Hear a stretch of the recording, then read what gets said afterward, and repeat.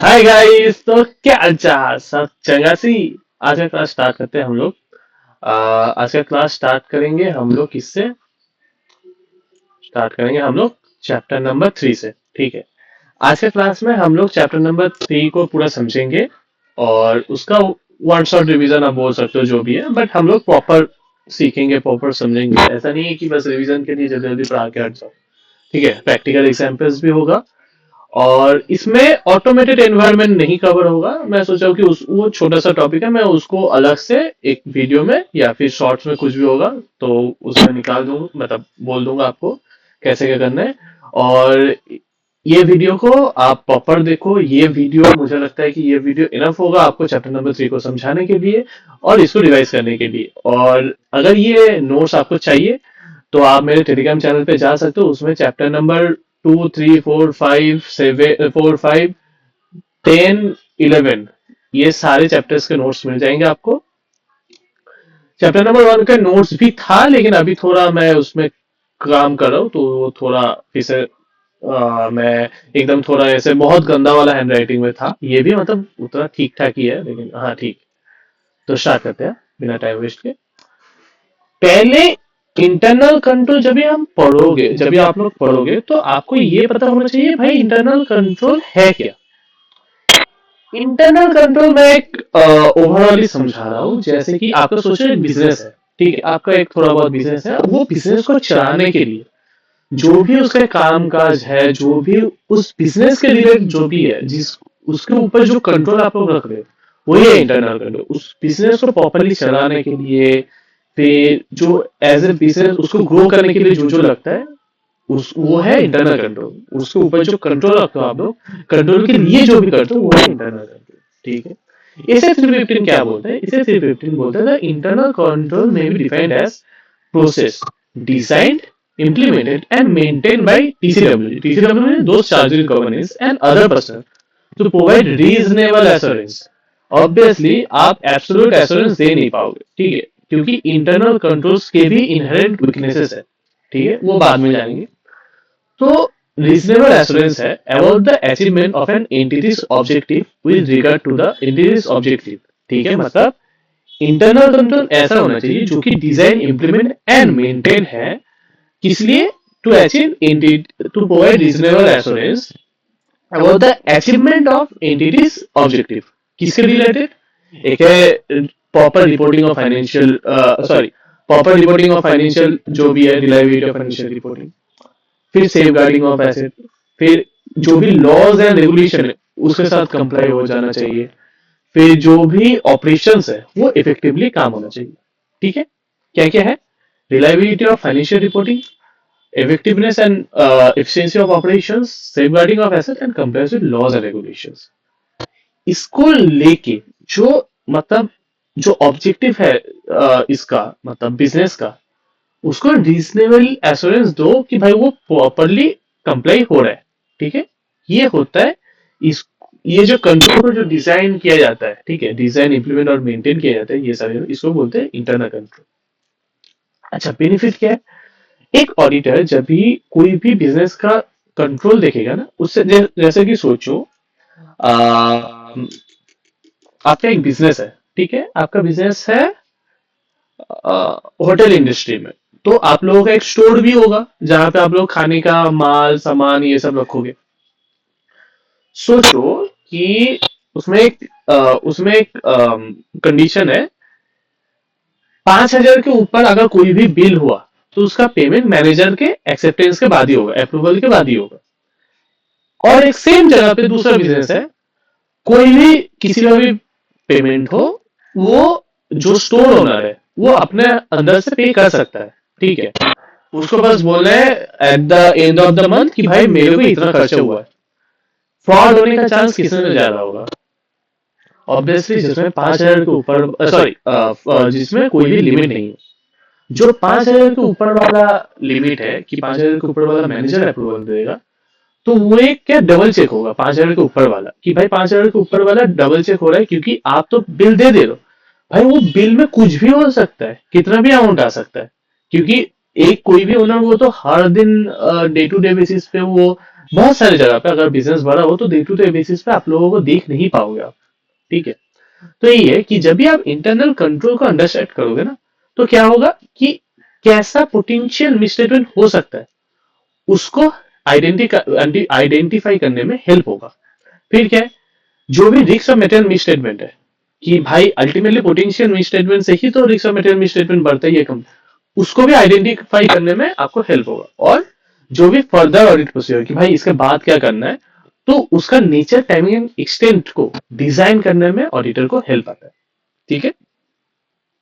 क्योंकि अगर सोचो कि कंट्रोल अच्छा हुआ, कंट्रोल ज्यादा हुआ, तो ऑब्वियसली ऑडिटर उतना प्रोसेस नहीं फॉलो करेगा कंट्रोल चेक करने में जितना, अगर कंट्रोल मतलब ऐसा हुआ कि कंट्रोल नहीं है, जैसे कि 5,000 वाला लिमिट नहीं है, तो ऑडिटर को ज्यादा प्रोसेस फॉलो करना पड़ेगा कि जो भी आप बिल मंगा रहे हो वो प्रॉपर है कि नहीं, ये सारे।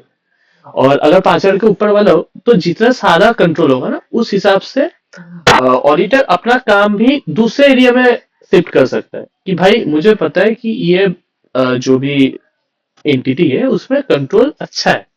मतलब एक ही प्रोसेस को, जैसे एक ट्रांजेक्शन को, ट्रांजेक्शन इनिशिएट एक बंदा कर रहा है, अप्रूवल दूसरा बंदा कर रहा है, रिकॉर्ड दूसरा बंदा कर रहा है, तो क्या होगा, तीन पर्सन आ गए। ठीक है।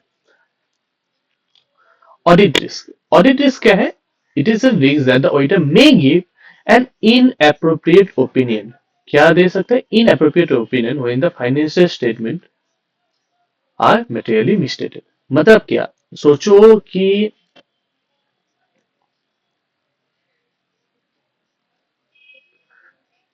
देखो, सोचो जो ऑडिटर है और जो टीएल है, ठीक है, नहीं, जो फाइनेंशियल स्टेटमेंट है, ठीक है, अभी फाइनेंशियल स्टेटमेंट गलत है, ठीक है, फाइनेंशियल स्टेटमेंट गलत है, तो ऑडिटर बोल दिया कि हाँ भाई ठीक है, नहीं ऐसे नहीं कर, हाँ ऑडिटर रिपोर्ट, ठीक है, ये ऑडिटर रिपोर्ट है और ये फाइनेंशियल स्टेटमेंट, ठीक है। अभी ऑडिटर बोला कि फाइनेंशियल स्टेटमेंट सही है, लेकिन रियल में फाइनेंशियल स्टेटमेंट गलत है, ये हो जाएगा ऑडिट रिस्क कि भाई रियल में गलत है।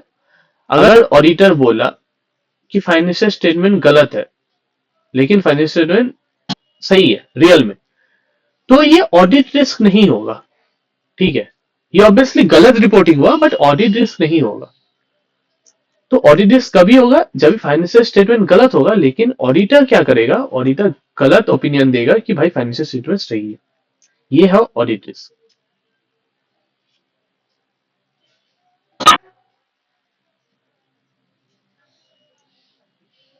ठीक है। हाँ, तो ऑडिट रिस्क का कंपोनेंट क्या क्या है? ठीक है, inherent risk, control risk, detection risk, सारे चीजों के बारे में हम लोग पढ़ेंगे बाद में जाके। Inherent risk, control risk, detection risk, ICD. ICD detection risk में दो चीजें, एक है सैम्पलिंग रिस्क, एक है नॉन सैम्पलिंग रिस्क।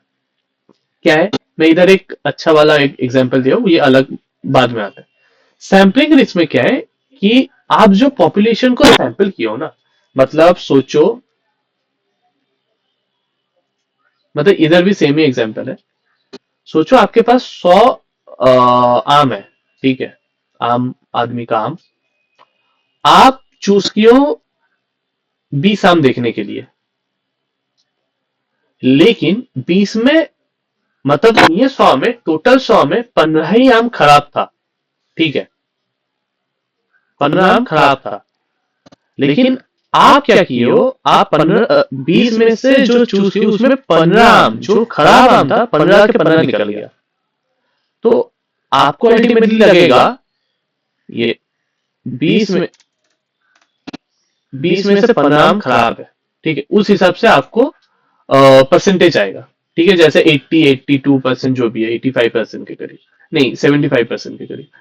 तो अल्टीमेटली क्या हुआ कि अल्टीमेटली खराब था हम लोगों का 15%, लेकिन क्योंकि आप सैंपलिंग ऐसा चूज किए कि ये सैंपलिंग में ही जो पॉपुलेशन है वही गलत पॉपुलेशन रिफ्लेक्ट कर रहा है जो टोटल पॉपुलेशन है। आप सैंपल में जो सैंपल जो आप चूज किए, वो जो रियल का जो पॉपुलेशन है, सैंपलिंग का एक कैरेक्टरिस्टिक्स है कि वो जो टोटल पॉपुलेशन है उसको रिफ्लेक्ट करना चाहिए, लेकिन ये तो रिफ्लेक्ट नहीं किया है, क्योंकि सैंपलिंग में अगर 120 में से आपको मतलब 15 3 के करीब खराब होना चाहिए, लेकिन इधर खराब हुआ 15 या फिर 10 भी बहुत ज्यादा है तो 50% हो जाएगा, तो ये गलत है। यही है सैंपलिंग रिस्क कि the risk that the auditors conclusion based on a sample that may be different from the conclusion if the entire population will be checked। ठीक है, मतलब क्या, मतलब वही है कि अगर 100 पीसेस आम है एक बास्केट में और उसमें 90 सही है लेकिन 10 ही खराब है, तो अल्टीमेटली 10% आम खराब है, लेकिन ऐसा लक हुआ कि कुछ भी हुआ, ऑडिटर जो 10 आम चूज किया उसी 10 में खराब निकला, 10 के 10 हो, तो ऑडिटर को लगेगा 100% पॉपुलेशन खराब है, तो ये नहीं है, ये गलत है। नॉन सैंपलिंग रिस्क क्या है कि आप कोई भी चीज को ऑडिट करने के लिए आप ऐसा प्रोसीजर यूज कर रहे हो जो कि वो प्रोसीजर से आपका प्रॉपर आंसर नहीं मिलेगा, प्रॉपर चेकिंग होगा नहीं। जैसे कि सोचो इन्वेंट्री का एक लॉजिकल सबसे अच्छा है कि फिजिकल वेरीफाई कर लो, ठीक है, आप ओरिजिनली जाके काउंट कर लो कि भाई कितना इन्वेंट्री है। लेकिन ऑडिटर क्या किया कि सिर्फ 2500 सेल्स बिल देख लिया कि हाँ भाई ठीक है 25 सेल्स बिल है तो यही होगा। 2500 सेल्स बिल तो मिसप्लेस भी हो सकता है, गलत भी हो सकता है, बहुत सारी चीजें हो सकता है। वही है कि the risk that the auditor reaches an erroneous, मतलब गलत कंक्लूजन पे ऑडिटर रीच कर गया, आपको एक जो प्रोसीजर यूज करना था उसके अलावा दूसरा प्रोसीजर यूज करने के लिए, for any reason not related to sampling risk, मतलब कोई भी रीजन हो अगर सैंपलिंग रिस्क नहीं है तो ये है non sampling risk.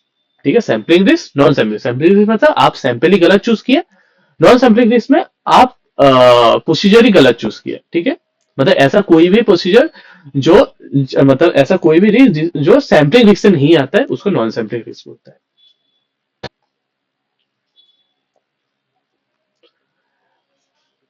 Component of audit risk,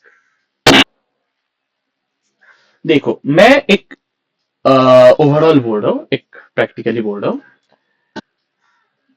inherent risk क्या है पता है कि ऑडिट स्टार्ट होने से पहले बिजनेस में खुद में एक रिस्क है। जैसे कि सोचो कि एक फ्रूट सेलर है, उसका इनहेरेंट रिस्क क्या होगा कि उसके जो भी फ्रूट्स है ना वो बहुत ज्यादा पेरिस हो जाता है, मतलब क्या वो बहुत ज्यादा खराब हो जाता है बहुत जल्दी जल्दी, तो ये बिजनेस का खुद ब खुद रिस्क है। फिर क्या है कि ऐसा हो सकता है कि उन लोगों का एक सीजन साइकिल चले कि 3 महीना एकदम अपवर्ड सीजन रहा कि बहुत सेल हो रहा है, 3 महीने एकदम डाउनवर्ड हो गया कि भाई सेल ही नहीं हो रहा है। उस हिसाब से कंट्रोल रिस्क क्या है कि आप जो कंट्रोल बिजनेस में लगाए हो, जो प्लेस किए हो, वो उतना इफेक्टिव नहीं है टू प्रिवेंट, डिटेक्ट और करेक्ट द मिसस्टेटमेंट। ठीक है, या तो प्रिवेंट करने के लिए कि मिसस्टेटमेंट हो ही ना, या फिर करेक्ट या फिर डिटेक्ट एंड करेक्ट करने में कि भाई जो मिसस्टेटमेंट अगर हो गया तो उसको डिटेक्ट और करेक्ट करने में ऐसा नहीं है कि वो उतना सक्षम है, वो उतना कर सकते, कैपेबल है। ठीक है, डिटेक्शन रिस्क मतलब क्या है, जो भी आप कंट्रोल रखे हो, जो भी कुछ भी है, वो क्या है कि मतलब ऑडिटर जो भी प्रोसीजर परफॉर्म करता है वो क्या है कि भाई मतलब वो डिटेक्ट ही नहीं हो पा रहा है। ठीक है, वो रिस्क डिटेक्ट ही नहीं हो पा रहा है, या फिर वो जो मिसस्टेटमेंट है वो डिटेक्ट नहीं हो पा रहा है, वो है डिटेक्शन रिस्क। इनहेरेंट रिस्क है there is a susceptibility about class of transaction account balance disclosure to a misstatement that could be material. ये देखो ये जो है ना, to a misstatement that could be material either individually or aggregate with other misstatement before considering internal control। ठीक है, internal control consider करने के पहले, तो ये क्या है, ये तो मतलब सेम है। ठीक है, ये सारे में होगा तो आप याद कर लेना। और there is always a risk that financial statement could be misstated without considering internal control system. Auditor will consider internal inherent risk while designing terms, test of control and substantive procedure. ठीक है, inherent risk could be higher for some assertion, obviously inherent risk कुछ assertions के लिए अलग हो सकता है और दूसरे assertions के लिए अलग हो सकता है। external factors giving rise to business risk will also influence inherent risk। Obviously अगर कोई भी बाहर का फैक्टर अगर बिजनेस का रिस्क को बढ़ाए तो इनर रिस्क को तो बढ़ाएगा। कंट्रोल रिस्क है, control risk is a risk that material misstatement could occur as internal control. जो इंटरनल कंट्रोल है ना वो सफिशिएंट नहीं है, एफिशिएंट नहीं है टू प्रिवेंट या फिर detect and correct misstatement that could B वो सेम। ये मिसस्टेटमेंट कहाँ हो सकता है? क्लास ऑफ ट्रांजेक्शन में हो सकता है, अकाउंट बैलेंसेस में हो सकते हैं और डिस्क्लोजर में हो सकते हैं। There is an inverse relationship between efficiency of internal control system and control risk. देखो लॉजिकली क्या है, जितना कंट्रोल ज्यादा होगा, जितना इफिशियंटली वो कंट्रोल यूज करें। मैं बोला ना कि एक ट्रांजेक्शन को इनिशिएट एक बंदा कर रहा है, अप्रूव एक बंदा कर रहा है, रिकॉर्ड एक बंदा कर रहा है, तो जितना अच्छे से वो परफॉर्म किया जाएगा उस हिसाब से उतना कंट्रोल रिस्क कम होगा। कि भाई इंटरनल कंट्रोल उतना स्ट्रांग है कि भाई कंट्रोल रिस्क मतलब कम है। ठीक है कि उसमें कंट्रोल वो फॉल्ट नहीं हो सकता, क्योंकि एक बंदा ही अगर सब कुछ करे कि भाई वो ही रिकॉर्ड करे वो भी, तो वो तो गलत हो जाएगा। और डिटेक्शन रिस्क है, detection risk is that the procedure perform by the auditor to reduce audit risk to an acceptably low level will not always detect a misstatement. हो ही सकता है, इसलिए रीजनेबल एश्योरेंस देते हैं। could be material either individually or in aggregate, material misstatement could be class of transaction, affirmance और disclosure। ठीक है। रिलेशनशिप एमंग ऑडिटर्स में रिलेशनशिप क्या है कि ऑब्वियसली देखो इनहेरेंट रिस्क अगर बढ़ेगा, इनहेरेंट रिस्क मतलब बिजनेस का रिस्क, बिजनेस रिस्क अगर बढ़ेगा तो कंट्रोल रिस्क भी बढ़ेगा। क्योंकि भाई बिजनेस का रिस्क इसलिए बढ़ रहा है क्योंकि इंटरनल कंट्रोल उतना ये नहीं है, मतलब इनहेरेंट रिस्क वो अलग है। कंट्रोल रिस्क क्या है? कंट्रोल रिस्क क्यों बढ़ रहा है? क्योंकि इंटरनल कंट्रोल जो भी सिस्टम है वो प्रॉपरली इफेक्टिवली यूज नहीं हो रहा है या फिर वो बना ही नहीं गया है उतना अच्छे से। तो क्या होगा अगर इनहेरेंट रिस्क भी बढ़ा, कंट्रोल रिस्क भी बढ़ा, तो क्या होगा? भाई रिस्क ज्यादा है तो चेकिंग भी ज्यादा होगा, तो डिटेक्शन रिस्क कि भाई ऑडिटर फेल करेगा कि डिटेक्ट करने में मिस्टेक, वो कम होगा। लॉजिकली अगर अगर इनहेरेंट रिस्क मतलब अगर रिस्क ज्यादा है तो ऑडिटर ज्यादा प्रोसीजर परफॉर्म करेगा, और जितना ज्यादा प्रोसीजर परफॉर्म करेगा तो क्या होगा? जो कंट्रोल जो डिटेक्शन रिस्क है कि भाई ऑडिटर का कोई भी प्रोसीजर वो जो भी मिसस्टेटमेंट है उसको पकड़ नहीं पाएगा, तो वो क्या होगा कि वो कम हो जाएगा। क्योंकि भाई इतना ज्यादा अगर हम ये भाई हाँ जितना ज्यादा हम प्रोसीजर परफॉर्म करेंगे उतना अच्छा होगा कि भाई जो भी रिस्क है उसको डिटेक्ट करने में उतना अच्छे से और उतना एफिशिएंटली ऑडिटर रिस्क को डिटेक्ट कर पाएगा। और लेकिन अगर इनहेरेंट रिस्क कम है, कंट्रोल रिस्क भी कम है, कंट्रोल रिस्क कम है मतलब जो इंटरनल कंट्रोल सिस्टम है वो ऑब्वियसली स्ट्रांग है, तो ऑब्वियसली जब भी अगर इंटरनल कंट्रोल सिस्टम भी चलो तो ऑडिटर भी कम परफॉर्म प्रोसीजर परफॉर्म करेगा, क्योंकि उसको पता है कि भाई जो कंट्रोल्स है वो बहुत इफेक्टिवली काम कर रहा है। डिटेक्शन रिस्क क्या होगा? डिटेक्शन रिस्क ज्यादा हो जाएगा क्योंकि ऑडिटर प्रोसीजर ही कम परफॉर्म किया। तो जो इन मतलब इनहैंड रिस्क और कंट्रोल रिस्क अगर हम लोग एक साथ कर दें ना तो उसको बोला जाता है कंबाइंड एसेट। तो कंबाइंड असेसमेंट का डिटेक्शन रिस्क से इनवर्स रिलेशन है। ठीक है। और जो इनहेरेंट रिस्क और कंट्रोल रिस्क है उसको टोटल मिला के बोला जाता है रिस्क फ्रॉम एसेट मिसस्टेटमेंट। अरे भाई ठीक है। और उसके साथ अगर डिटेक्शन रिस्क भी ऐड किया जाए मतलब मल्टीप्लाई किया जाए तो वो हो जाता है ऑडिट रिस्क। ठीक है। ये एमसीक्यू में भी क्वेश्चन में आ सकता है। ठीक है, ये याद करने में। उफ।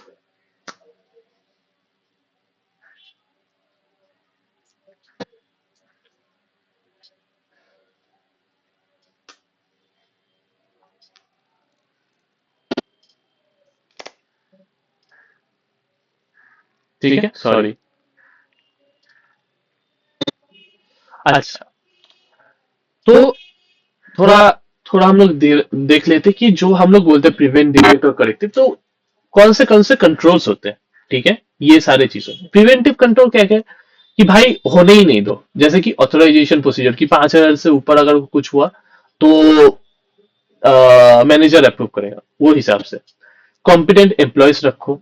सेग्रीगेशन ऑफ ड्यूटी प्रॉपर करो कि आप अप्रूव करोगे बस, आप रिकॉर्ड करोगे बस। ठीक है। और safeguarding of assets and prevention of fraud. Detection risk मतलब ऑब्वियसली ऑडिट हो गया, इंटरनल ऑडिट हो गया, इंटरनल चेक हो गया, और करेक्टिव मतलब timely correction of fraud and reporting fraud to top management. ठीक है। अभी जब भी हम फर्स्ट पेज पढ़ा रहे थे, तभी आपको याद होगा कि मैं बोला कि अ, जो इंटरनल कंट्रोल है उसका भी इनहेरेंट लिमिटेशंस कुछ है। तो क्या क्या, एक है कल्यूजन है। कल्यूजन मतलब क्या, कि भाई ज्यादा बहुत सारे एम्प्लॉयज मिलके एक साथ हो गए, ठीक है। ह्यूमन जजमेंट है कि ऑब्वियसली कोई भी डिसीजन अगर लोगे इंटरनल कंट्रोल को डिजाइन करने में, उसमें ह्यूमन जजमेंट इन्वॉल्व होगा, और अगर ह्यूमन जजमेंट इन्वॉल्व हो उसमें तो दिक्कत आ ही सकता है। जजमेंट ऑफ मैनेजमेंट, इसमें क्या बोला गया है कि ऑब्वियसली मैनेजमेंट भी तो इंसानी है, उसमें भी तो अनसर्टेनिटी हो ही सकता है। लैक ऑफ अंडरस्टैंडिंग मतलब क्या, कि आप जो पर्सन को आप कोई भी रिस्पॉन्सिबिलिटी दी हो, वो उतना प्रॉपरली वो रिस्पॉन्सिबिलिटी को समझ नहीं पाया, ठीक है, इसलिए वो गलती हो गया। रीजनेबल एश्योरेंस मतलब क्या, internal control no matter how effective can provide an entity with only reasonable assurance due to inherent limit. Obviously भाई, ये जो इनहर लिमिटेशन है, तो उसमें तो रीजनेबल एश्योरेंस है, क्योंकि भाई इनहर लिमिटेशन है, ठीक है। जैसे कि इनर लिमिटेशन क्या है, collusion, human judgment, judgment of management, lack in understanding और रीजनेबल एश्योरेंस, ठीक है। स्मॉल एंटिटीज का क्या है कि उसमें एक लिमिटेशन है कि सेग्रीगेशन ऑफ ड्यूटीज प्रॉपर्ली हो नहीं पाता, ठीक है, क्योंकि नंबर ऑफ एम्प्लॉइज कम है। और ओनर क्या है कि वो, मतलब स्मॉल एंटिटीज में क्या है कि ओनर अगर चाहे तो वो कुछ भी कर सकता है, लेकिन एडवांटेज भी वो है कि क्योंकि ओनर ही डायरेक्टली इन्वॉल्व होता है, तो वो क्या है, वो सेग्रीगेशन ऑफ ड्यूटीज को कंपनसेट कर देता है, ठीक है।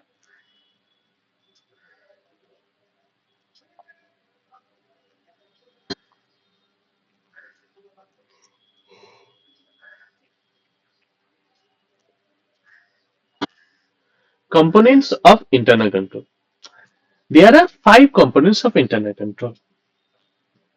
सिरेमिक, इसका मतलब क्या, control environment, risk assessment procedure of entity, monitoring of control, information relating to FR, financial reporting और कंट्रोल एक्टिविटीज। आप याद करो, मैं आपको जो एग्जांपल दिया था कि आपका खुद का एक बिजनेस है, आपका एक कंट्रोल एनवायरनमेंट होगा हर चीज में, कि भाई प्रॉपर जो पर्सन है उसको रखा जाए, कुछ कुछ एथिकल वैल्यूज भी होगा कि ये नहीं करना है, ये करना है। एक ऑर्गेनाइजेशन का प्रॉपर स्ट्रक्चर होगा कि सबसे ऊपर सीईओ होगा, उसके बाद ये सारे होंगे, उसके बाद ये सारे लेवल होगा। फिर क्या होगा कि जो भी रिस्पॉन्सिबिलिटीज है उसको असाइन किया जाएगा। रिस्क असेसमेंट प्रोसीजर क्या है, कि जो भी रिस्क है बिजनेस रिलेटेड, ठीक है, उसको एक एसेस करने का तो प्रोसीजर होगा ना। जैसे कि सोचो कि मतलब कोई भी, मतलब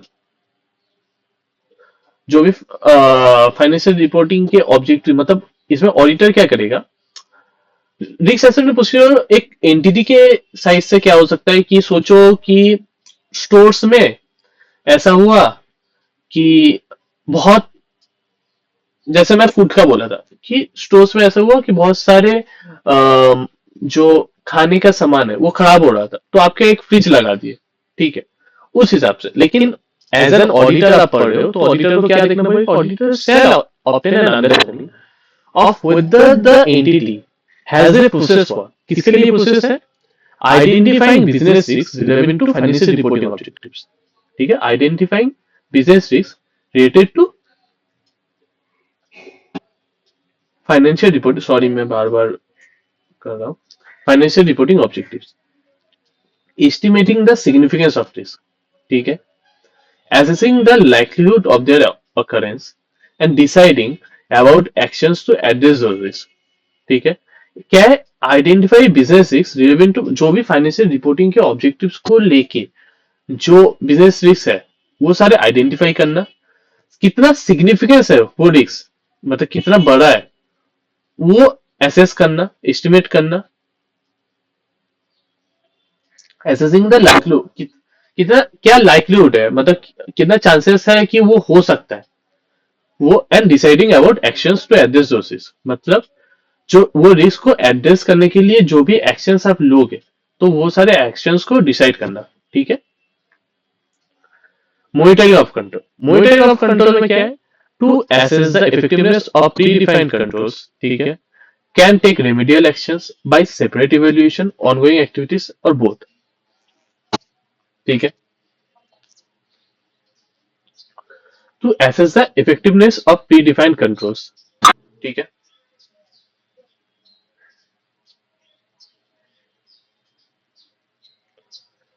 can take remedial actions by separate evaluation, internal audit, ongoing activities, internal check और both। ठीक है। Can take feedback by suggestion from in external parties or small entities। Monitoring of control is easily accomplished। मतलब small entities में monitoring of control obviously अच्छे से होगा, क्योंकि direct owner आपको देख रहा है ना, क्योंकि उधर कोई स्टेप नहीं है, डायरेक्ट ओनर आपको सुपरवाइज कर रहा है। ठीक है। Information relating to financial reporting, इसमें क्या क्या पॉइंट्स आते हैं, सिग्निफिकेंट क्लास ऑफ ट्रांजैक्शन हो गया, जनरल एंट्रीज हो गया, फिर फाइनेंशियल रिपोर्टिंग प्रोसेस हो गया, ये सारी को ऑडिटर को अंडरस्टैंड करना है, मतलब उसका अंडरस्टैंडिंग ऑब्टेन करना है कि भाई कैसे करते हैं, कैसा ये फ्लो चलता है, कि भाई सिग्निफिकेंट क्लास ऑफ ट्रांजैक्शन क्या है, फिर जो फाइनल जनरल एंट्रीज है उसको समझो, फिर फाइनेंशियल रिपोर्टिंग प्रोसेस क्या है, अकाउंटिंग रिकॉर्ड्स देखो, procedure through which transaction initiate, record, process, transfer and corrections are done, ये सारे समझो। Information system which captures the above stated events। ठीक है। मतलब ये जो भी इवेंट्स है ना, उसको कोई ना कोई तो, जैसे टैली हो गया, ईआरपी हो गया, ये सारे तो कोई तो सॉफ्टवेयर होगा ना जो इसको सारी चीज देख रहा है, तो उसको समझो, सॉफ्टवेयर को समझो। कंट्रोल एक्टिविटीज क्या है कि कंपैरिजन विद बजट हो गया, इंफॉर्मेशन प्रोसेसिंग मतलब अरिथमेटिकल एक्यूरेसी प्रॉपर है कि नहीं वो देख लो, सेग्रीगेशन ऑफ ड्यूटी देख लो, फिजिकल कंट्रोल्स देख लो, ये सारे।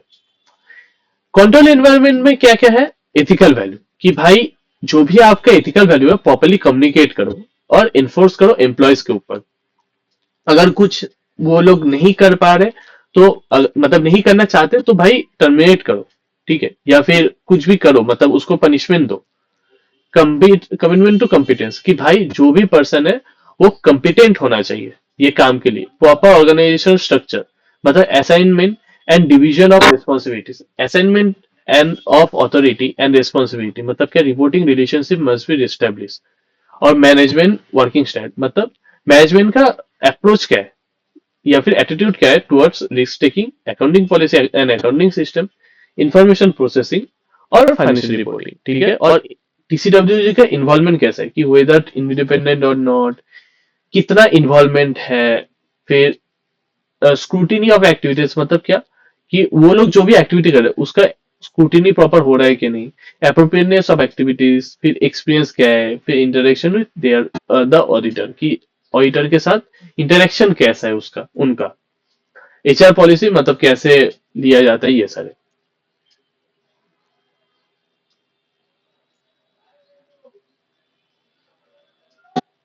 Benefits of evolution of internal control, 2 minute में आया,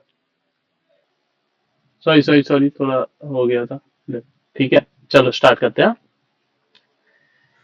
अभी जो इंटरनल कंट्रोल को हम लोग समझेंगे, उसको इवैल्यूएट, उसका बेनिफिट क्या है, क्यों कर रहे हैं हम लोग, ये इसलिए कर रहे हैं कि ऑडिटर को पता चले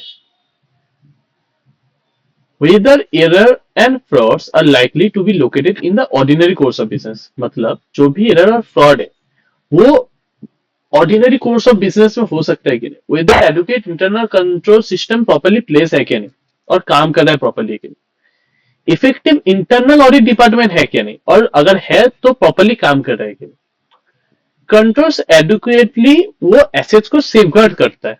ठीक है, कि एसेट्स को कुछ नहीं हो।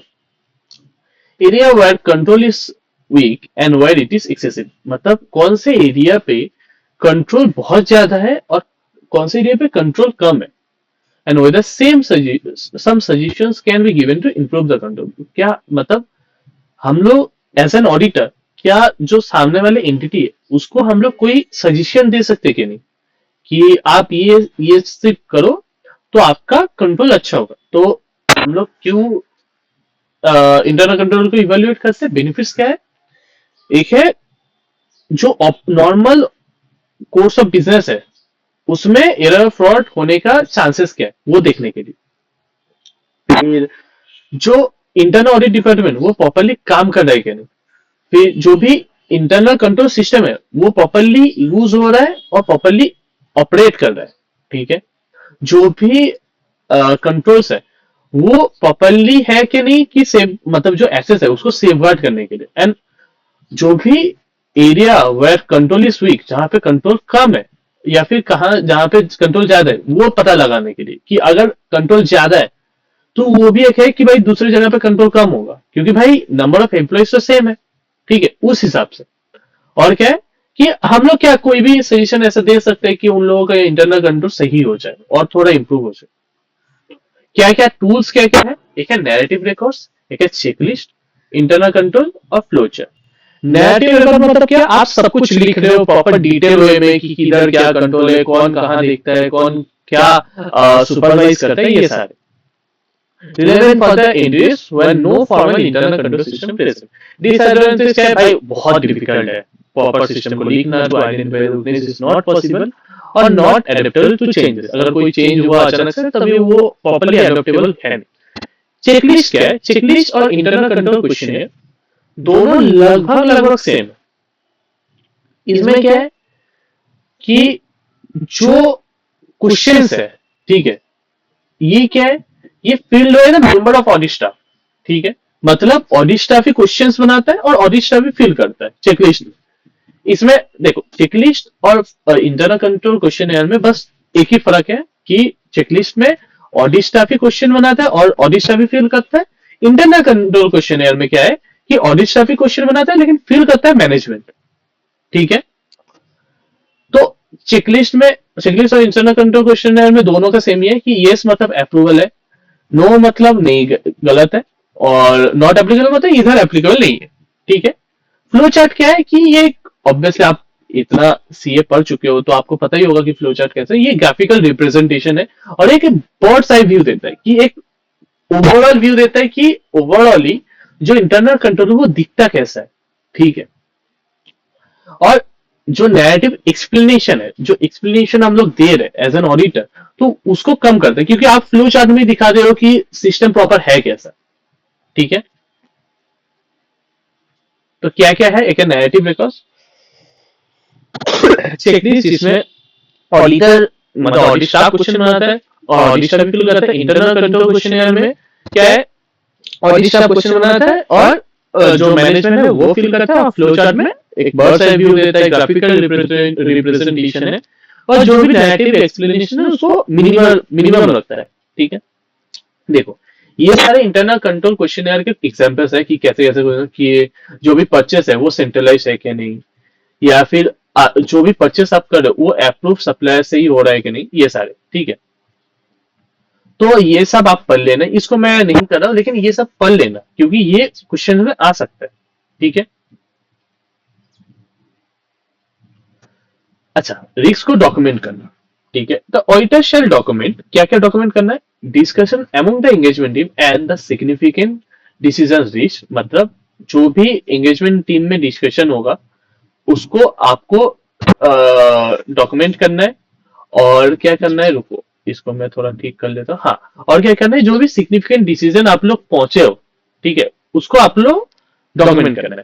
फिर की एलिमेंट्स ऑफ अंडरस्टैंडिंग ऑब्टेन, जो भी की एलिमेंट्स ऑफ अंडरस्टैंडिंग है किसके regarding? Aspects of entity and its environment, ये थोड़ा सा ऊपर नीचे है। ठीक है, एंटिटी एंड इट्स एनवायरमेंट। फिर क्या है? Components of internal control, sources of information and risk assessment procedure perform. क्या क्या है? एस्पेक्ट्स ऑफ द एंटिटी मतलब जो भी अंडरस्टैंडिंग आप ऑब्टेन किए हो। ठीक है, किसके regarding? Aspects of the entity and its environment, components of internal control, sources of information और the risk assessment procedure perform. ठीक है। Risk of material misstatement at the financial statement level और एसेशन लेवल, जो भी आप RMM पता लगाए हो फाइनेंशियल स्टेटमेंट लेवल पे और एसेशन लेवल पे, or risks identified related risk about which the auditor has obtained understanding. ठीक है। अच्छा, कंपनी साइड पर कुछ कुछ बातें हैं, बोला गया है कि इन केस मतलब लिस्टेड कंपनी में क्या है कि जो डायरेक्टर्स रिस्पॉन्सिबिलिटी है ना, स्टेटमेंट डायरेक्टर रिस्पॉन्सिबिलिटी स्टेटमेंट है, उसमें क्या बोलना चाहिए कि directors had laid down internal financial control to be followed by the company or internal financial controls are adequate and were operating effectively. ये डायरेक्टर रिस्पॉन्सिबिलिटी स्टेटमेंट में होना चाहिए, डीआरएस में होना चाहिए। और क्या बोला है, द ऑडिट रिपोर्ट वो भी बोलना चाहिए, the audit report state whether the company has adequate internal control, internal financial control, or whether internal financial control operating effectively. Except भाई बहुत ज्यादा, ठीक है। एक्सेप्ट क्या है, ओपीसी और स्मॉल कंपनी, टर्नओवर, वो सारे बिजनेस जिसका turnover less than 50 crore plus aggregate of borrowing less than 50 crore है फ्रॉम बैंक और फाइनेंशियल इंस्टीट्यूशन, ठीक है। ये सारे आप लोगों को ये डिस्क्लोजर देना है। अभी है इसे 350। तो हम लोग ने अभी तक इंटरनल कंट्रोल थोड़ा बहुत पढ़ा, फिर उसके कंपोनेंट्स पढ़े, इनहेरेंट लिमिटेशन पढ़े। अभी है इसे 350। इसे 315 बात करता है understanding of the internal control, मतलब एंटिटी और उसके इन्वायरमेंट को अंडरस्टैंड करना, ठीक है।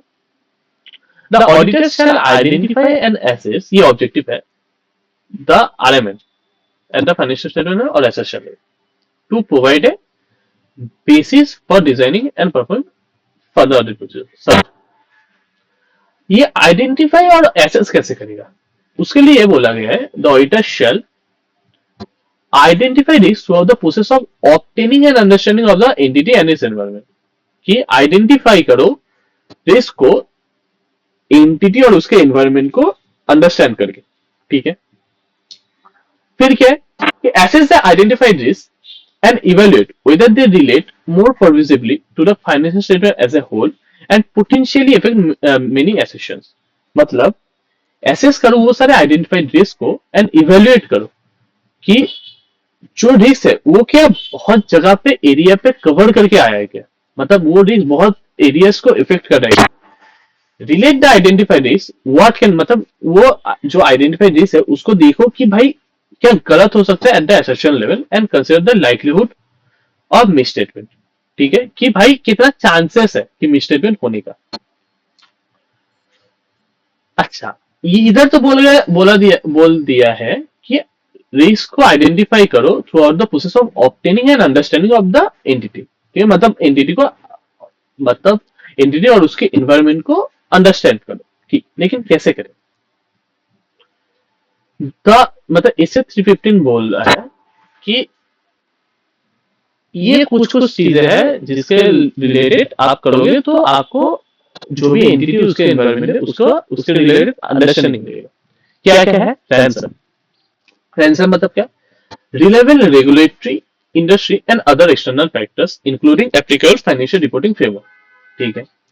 Nature of the entity including, 2 minute रुको बस, हाँ तो स्टार्ट करते हैं, sorry. Nature of entity including its operation, its ownership and governance structure, types of investment that the entity is making and plans to make, and the way that the entity is structured financially. Examples of matters includes, क्या क्या include करते हैं, business operations, investment and investment activities, financial and financial activities, financial reporting. Nature of the entity में क्या क्या include होता है, उस एंटिटी का ऑपरेशंस क्या है, ओनरशिप एंड गवर्नेंस स्ट्रक्चर्स कैसा है, कैसा इन्वेस्टमेंट वो एंटिटी करती है, और फाइनेंशियल में कैसे स्ट्रक्चर्ड है कि कितना लोन है, कितना खुद का कैपिटल है, वो सारे। फिर क्या है, selection and application of accounting policies, entities objective and strategies, उसमें क्या क्या मैटर्स इंक्लूड होते हैं, industry developments, new product and services, expansion of the businesses, ठीक है। And measurement and review of the entities financial performance, जैसे कि क्या क्या हो गया, की परफॉर्मेंस इंडिकेटर्स, मतलब उसका कैसा प्रॉफिट मार्जिन चल रहा है, कितना ईयर ऑन ईयर ग्रोथ हो रहा है, period on period financial performance analysis, budget क्या था, फोरकास्ट क्या है, वेरिएंस एनालिसिस करो, एंड डिपार्टमेंट में अलग अगर कोई भी परफॉर्मेंस इवेल्युएशन हो वो सारे, और क्रेडिट रेटिंग एजेंसी रिपोर्ट्स, ठीक है। तो क्या है रैंसम, रैंसम मतलब रेगुलेटरी, मतलब ये सारे पॉइंट्स का आप लोगों को अंडरस्टैंडिंग लेना है अगर आपको एंटिटी और उसके इन्वायरमेंट को समझना है। तो कैसे कैसे एंटिटी का कौन सा लॉज एप्लीकेबल है, वो सारे क्या क्या रिक्वायरमेंट्स है, वो सारे फुलफिल कर रहे हैं कि नहीं। नेचर ऑफ द एंटिटी मतलब एंटिटीज का बिजनेस कैसा है, उस वो कैसे स्ट्रक्चर्ड है, ये सारे भी तो समझना पड़ेगा ना आपको एंटिटी को समझने के लिए। फिर selection and application of accounting policies कैसा है, कौन कौन से अकाउंटिंग पॉलिसी वो लोग सिलेक्ट किए, वो लोग और कॉन्स्टेंटली अप्लाई कर रहे हैं कि नहीं, वो प्रॉपरली कंप्लाई कर रहे हैं कि नहीं, उसके अकाउंटिंग पॉलिसीज के हिसाब से प्रॉपर डिस्क्लोजर्स है कि नहीं। एंटिटीज ऑब्जेक्टिव और स्ट्रेटजीज क्या है कि मतलब क्या क्या नया डेवलपमेंट है, उन लोगों का क्या क्या न्यू प्रोडक्ट और सर्विसेज है, और एक्सपेंशन करना चाहते हैं, कितना करना चाहते हैं, ये सारे। And measurement and review of the entities financial performance की ईयर ऑन ईयर कैसा परफॉर्मेंस है, बजटेड जो भी था वो उसके रिलेटेड कैसा परफॉर्मेंस है, वेरिएंस कितना है, ये सारे।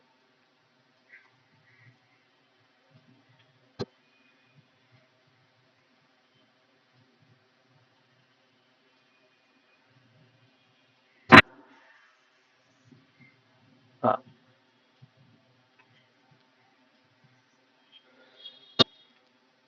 वो सारे फैक्टर्स क्या क्या है जो एक ऑडिटर को वो जज करने में हेल्प करेगा कि कोई भी कंट्रोल, वेदर इंडिविजुअली और कॉम्बिनेशन विद अदर, वो रिलेवेंट है क्या नहीं ऑडिट के लिए। क्या क्या है, मेटेरियलिटी हो गया, जो भी रिस्क है, जो भी वो कंट्रोल के रिलेटेड जो रिस्क है, ठीक है, वो कितना सिग्निफिकेंट है, एंटिटी का साइज कितना है, कितना कॉम्प्लेक्स और डाइवर्स, मतलब डाइवर्सिटी है वो सारे ऑपरेशंस में एनडीटी का, कि भाई एनडीटी सर्विस बिजनेस में भी है, गुड्स के बिजनेस में भी है, गुड्स के बिजनेस में एक रिटेल भी कर रहा है और एक मैन्युफैक्चर भी कर रहा है, ऐसा कितना कॉम्प्लेक्स है उसका operations.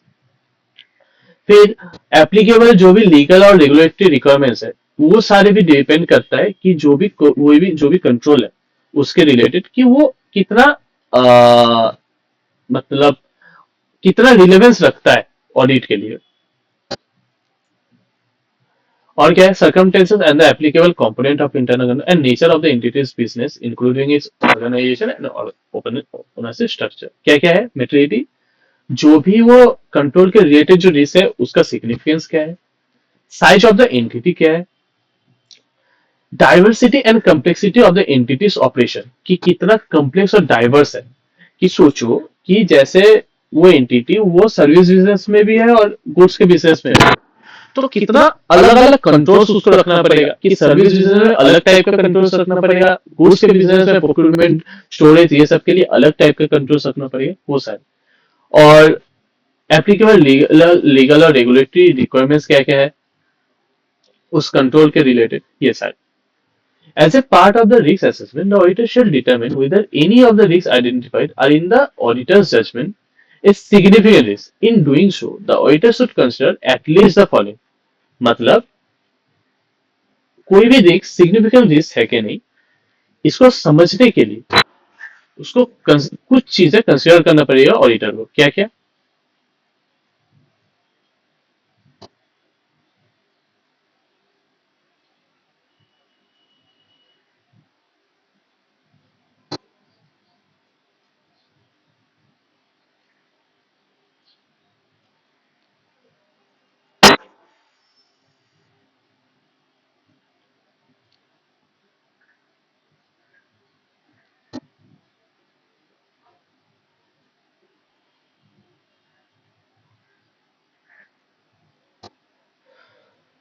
whether risk is a risk of fraud, complexity of the transaction, whether the risk involves significant transaction with related parties, whether risk involves significant transactions that are outside the normal course of business, whether the risk is related to recent significant economic, accounting, or other developments,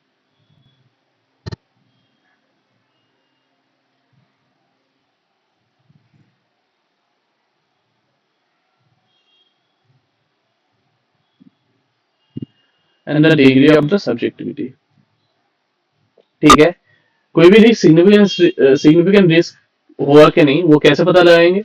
brother, जो भी risk है वो क्या risk of fraud है, कितना complex है वो transaction. फिर क्या है कि वो, देखो जैसे रिलेटेड पार्टी से जो जितना ज्यादा ट्रांजेक्शन होगा उसका रिस्क और ज्यादा बढ़ेगा, क्योंकि सोचो कि तुम ही बेच रहे हो और तुम्हारे पापा खरीद रहे, तो तुम लोगों का कुछ भी डील बन सकता है, ठीक है। प्रोडक्ट है 50 रुपए का, लेकिन आप एक दूसरे को बेच सकते हो 100 रुपए में। तो कैसे? या फिर प्रोडक्ट गया ही नहीं, आप फेक बिल जनरेट कर दिए, वो भी एक दिक्कत है ना। तो जो भी रिलेटेड पार्टी ट्रांजेक्शन है वो बहुत ज्यादा अच्छे से ऑडिटर चेक करता है, ठीक है, कि भाई उसमें बहुत ज्यादा चांसेस होता है कि अगर किसी को फ्रॉड करना है तो हो सकता है उसमें बहुत अच्छे से फ्रॉड, ठीक है। रिस्क इन्वॉल्व सिग्निफिकेंट ट्रांजेक्शन, कोई भी सिग्निफिकेंट ट्रांजेक्शन मतलब वो रिस्क के इन्वॉल्व करते हैं, कोई भी significant transaction that's are outside the normal course, जो नॉर्मल कोर्स ऑफ बिजनेस है उसका आउटसाइड में कोई significant transaction working. And the degree of the subjectivity of the in the measurement of financial information, जो भी फाइनेंशियल है उसमें subjectivity कितना है कि उसको मेजर करने में। रिस्क असेसमेंट प्रोसीजर टोटल 3 है: inquiries of management and others within the entity, inquiry, analytical procedure and observation and inspection. Inquiry मतलब क्या, आप डायरेक्टली पूछ लो जो भी पर्सन है, जैसे इंटरनल ऑडिट पर्सनल, वो क्या क्या इंफॉर्मेशन दे सकते हैं, इंटरनल ऑडिट प्रोसीजर्स क्या क्या परफॉर्म किया है, इंटरनल कंट्रोल का डिजाइन और इफेक्टिवनेस कितना है, क्योंकि अगर इंटरनल ऑडिट हुआ होगा तो ऑब्वियसली वो इंटरनल कंट्रोल को भी तो चेक किया होगा। वेदर मैनेजमेंट हैज सेटिस्फैक्टरी, मतलब इंटरनल ऑडिट से जो भी ऑब्जर्वेशन निकला है, ठीक है, जो भी इंटरनल ऑडिट जो की है उसके बाद कुछ तो ऑब्जर्वेशन निकला होगा ना कि ये गलत है ये सही है, तो वो सारे मैनेजमेंट ने प्रॉपर रिस्पॉन्स किया है कि नहीं। एम्प्लॉय से क्या आप इंफॉर्मेशन निकाल सकते हो कि to evaluate the appropriateness of selection and application of certain accounting policy. In house legal counsel क्या इंफॉर्मेशन प्रोवाइड कर सकता है, इंफॉर्मेशन अबाउट लिटिगेशन, क्या क्या लिटिगेशन है, क्या क्या कंप्लायंस, कैसे कंप्लायंस हो रहा है रेगुलेशंस का, लॉज का।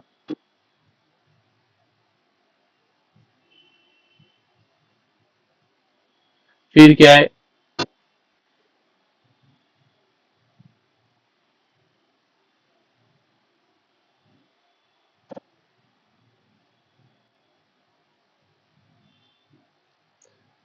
फिर क्या है कि पोस्ट सेल्स ऑब्लिगेशन क्या है, arrangement such as joint ventures with business partners.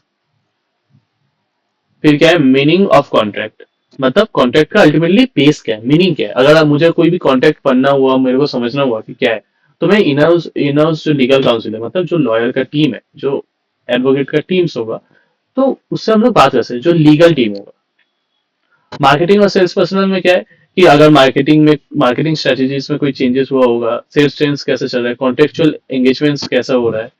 Risk management function में क्या है कि इट में provide information about operational and regulatory risk that may affect financial reporting. And information system personal से क्या मिलेगा, इट में provide information about system changes, system और कंट्रोल फेलियर्स क्या क्या है, कितना हो रहा है कंट्रोल का फेलियर, और other information related to risk, system related risk, ठीक है।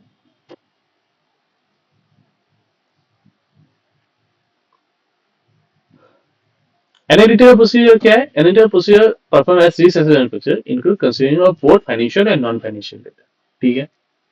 ये कैसे हेल्प कर सकता है, identifying and identify aspects of the entity which the auditor was unaware, assessing the risk of information, identifying existence of unusual transaction events or amounts, identify unusual or unexpected relationships that are identified, and identifying RMM especially due to fraud। मतलब क्या, जो भी aspects of the financial entity है जो auditor को पता नहीं है, उसको पता लगाने के लिए एनालिटिकल प्रोसीजर हेल्प कर सकता है ऑडिटर को।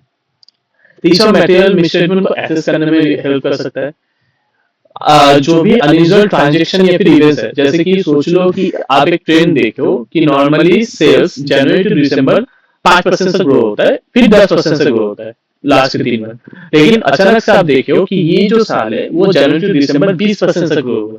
भाई ग्रो हो सकता है, हम नहीं बोलते ग्रो नहीं हो सकता, लेकिन कैसे, इतना ज्यादा कैसे, अचानक से इतना ज्यादा जंप कैसे, एक साल पहले 5% अभी 20%, कैसे। वो हेल्प करता है अनयूजुअल अगर कोई ट्रांजेक्शन हो उसको देखने के लिए। आइडेंटिफाइंग अनयूजुअल और अनएक्सपेक्टेड रिलेशनशिप जो भी है दैट आर आइडेंटिफाइड, और identifying RMM specially due to fraud, जो भी रिस्क ऑफ मटेरियल मिसस्टेटमेंट है ड्यू टू फ्रॉड, उसको आइडेंटिफाई करने में एनालिटिकल प्रोसीजर हेल्प करता है।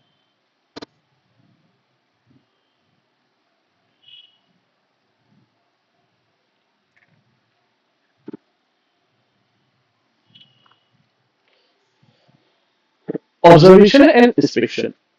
ऑब्जर्वेशन एंड इंस्पेक्शन में क्या क्या बोला गया है कि ये इंक्वायरीज जो है ना मैनेजमेंट का, तो उसको हेल्प करता है, उसको सपोर्ट करता है।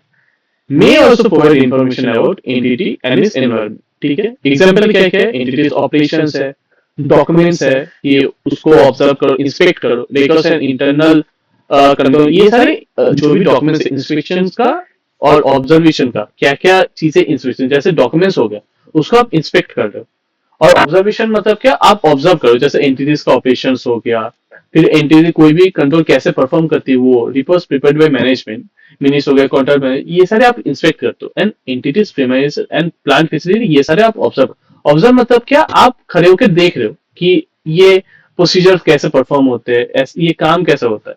और इंस्पेक्ट कर रहे हो, आप डिटेल में चेकिंग कर रहे हो कि ये डॉक्यूमेंट्स में क्या लिखा गया है, क्या बोला गया है, वो सारे प्रॉपर्ली फॉलो हो रहे हैं कि नहीं, ये सारे। Significant risks. Non-routine transaction are transaction that are unusual obviously. The following are always significant. ये सारे जो भी है वो always significant risk होगा। क्या क्या, एक है risk of material misstatement due to fraud, ये always significant risk होगा। और क्या है कि significant transaction with related party that are outside the normal course of business। ठीक है, जो रिस्क ऑफ मेटेरियल मिसस्टेटमेंट है greater for significant non routine, obviously जो भी रिस्क ऑफ मेटेरियल मिसस्टेटमेंट है वो नॉन रूटीन ट्रांजेक्शन जो भी सिग्निफिकेंट होगा उसके लिए ज्यादा होगा, क्योंकि वो नॉन रूटीन ट्रांजेक्शन है। जैसे कि data management intervention to specify the accounting treasure, obviously अगर मैनेजमेंट बहुत ज्यादा इंटरवेंट करे कि भाई नहीं तुमको ऐसे ही रिकॉर्ड करना है, वो एक सोचने की बात है कि मैनेजमेंट ऐसा क्यों बोल रहा है। ठीक है, ऑब्वियसली अगर आप दूसरे किसी तरीके से रिकॉर्ड करोगे तो रिपोर्ट भी अलग होगा, तो आपको देखना पड़ेगा कि मैनेजर इतना इतना इंटरवेंट क्यों कर रहा है। थोड़ा बहुत हाँ ठीक है भाई ऐसे रिकॉर्ड कर लो, ऐसे समझ में आया, लेकिन बहुत ज्यादा इंटरवेंशन क्यों आ रहा है। Data manual intervention to data collection and processing, data collection और प्रोसेसिंग में मैनुअल इंटरवेंशन इतना ज्यादा क्यों हो रहा है। ठीक है, जो भी कम्प्लेक्स ट्रांजेक्शन और अकाउंटिंग प्रिंसिपल्स होगा वो सारे, and nature of non routine transaction. ठीक है, जो भी नॉन रूटीन ट्रांजेक्शन है उसको नेचर, उसको पता लगाने के लिए। ठीक है, तो मेरा आज थोड़ा तबीयत सही नहीं लग रहा है। ठीक है, मैं आज का क्लास यहीं तक समाप्त करता हूँ। ठीक है, मैं सेकेंड जो मेरा क्लास होगा उसमें मैं प्रॉपर चैप्टर 3 पूरा खत्म कर दूंगा, और ऑटोमेटेड एनवायरनमेंट भी मैं कोशिश करूंगा कि उसी वीडियो में वो प्रॉपर क्लियर हो जाए। ठीक है, बाय।